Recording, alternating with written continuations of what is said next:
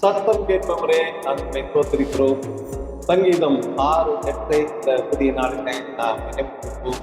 அக்கிரமக்காரரே, நீங்கள் எல்லாரும் என்னை விட்டு அகன்று போங்கள் என்று சொல்லி அங்கே நாம் வாசிக்கிறோம்.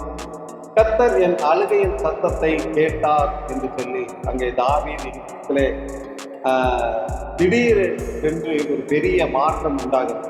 இதுவரையிலும் பெருமூச்சு விட்டார்கள், கண்ணீர் விட்டு அழுதவர்கள் இப்பொழுது அந்த துன்பத்தை தள்ளிவிட்டு நீங்கி போனது போல விசுவாசத்தை தேர பேசுகிறார். கர்த்தர் தன்னுடைய அழுகையின் சத்தத்தை கேட்டார் என்று சொல்லி தன்னுடைய அழுகையை நிறுத்தி கர்த்தரை சந்தோஷமாக நோக்கி பார்க்கிறார்.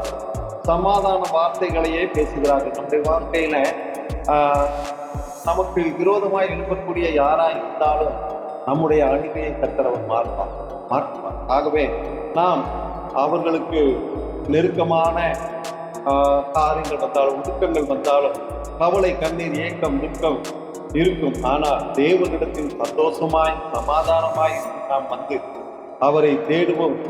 நம் வாழ்வில் அவர் கிரியை செய்ய வல்லவராயிருக்கிறார். நாம் எந்த சூழ்நிலையிலேயும் கர்த்தரே நமக்கு அழுகையின் சத்தத்தை கேட்கிறவர் என்று நாம் கர்த்தர் நம்மை ஆசீர்வதிப்பாராக.